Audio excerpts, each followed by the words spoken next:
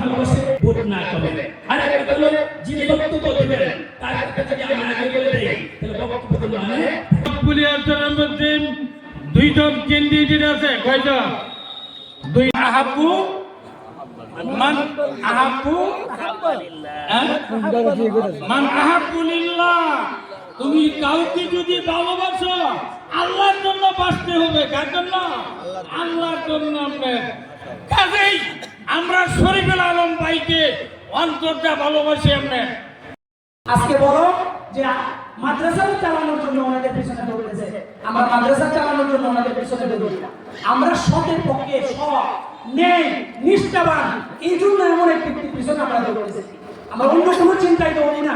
আপনাদের সতর্কতা, আপনাদেরকে বলবো যে একটু চিন্তা করেন যে প্রতিষ্ঠানগুলোতে আপনারা পড়ছেন, এই প্রতিষ্ঠানগুলো এই কুলিয়ারচরের মুরব্বী হাজী কাঞ্চন মিয়া রহমতুল্লাহ আলাই, হাজী সিদ্দিক মিয়া রহমতুল্লাহ আলাই, এই ফ্যামিলিগুলোর দ্বারা এই কুলিয়ারচরের এই দিনী প্রতিষ্ঠানগুলো প্রতিষ্ঠিত হয়েছে। ছোট পরিসরে আমরা যে বক্তব্য রাখি এটা কিন্তু গ্রামগঞ্জে সব জায়গায় পৌঁছে না, প্রত্যেকটা ঘরে পৌঁছে না।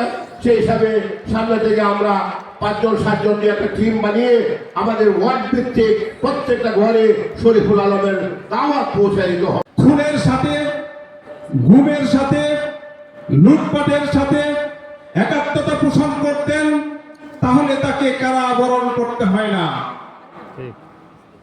সুতরাং এই নির্ভীক হৃদয়বান ব্যক্তিরা যদি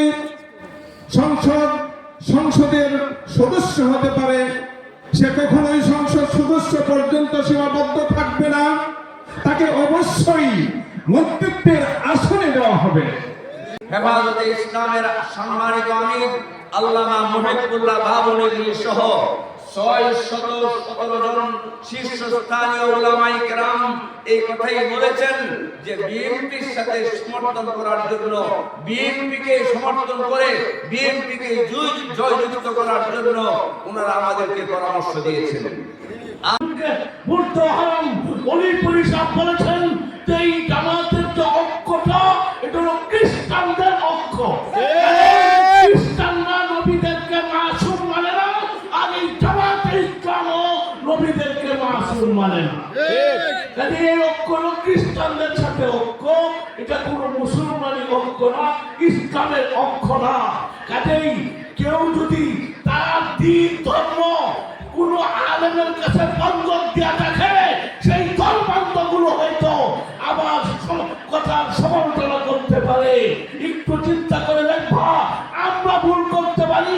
এই 85 বছর যাবৎ এই কওমি নেসাবের শত শত আমাদের হক্কানি উলামায়ে কেরাম যেই ভ্রান্ত দলটির ব্যাপারে বিশুদ্ধার করেছেন, ভ্রান্ত বলে ফতোয়া দিয়েছেন। তোমার কোন নেতা যদি চলে যায়, জাহান্নামে যাওয়ার মনে চাইছে, 1000 বার চলে যাও, কিন্তু এই দেশের সরল পান তৌহিদি জনতা, এই দেশের আলেম উলামাদেরকে পথভ্রষ্ট করা যাবে না। ঘুষপাড়া, শিলপাড়া এবং মসজিদ, মাদ্রাসা ইত্যাদি সহ এই কুলিয়ারচরের একটা নগরী। এই কুলিয়ারচর নামটার মধ্যে একটা বিশেষ আকর্ষণ রয়েছে। আমি এটা এখন বলা বলি করতেছি, আপনারা সকলেই জানেন শুনেন। কুলিয়ারচরের শব্দের অর্থই হইল সকল বন্ধুর নগরী। কারণ কুল অর্থ হইল সকল, আর ইয়ার অর্থ হইল বন্ধু, আর চর অর্থ হইল নগরী।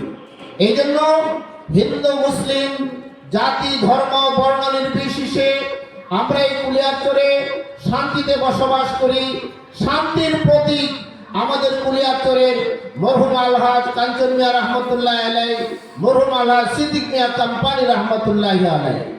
আকাশে যেভাবে চন্দ্র এবং সূর্য উঠে, এই ঠিক ভদ্রব আমাদের কুলিয়ারচরের মধ্যে এই দুই মুরব্বী ছিলেন অত্র অঞ্চলের চন্দ্র এবং সূর্যের মতো।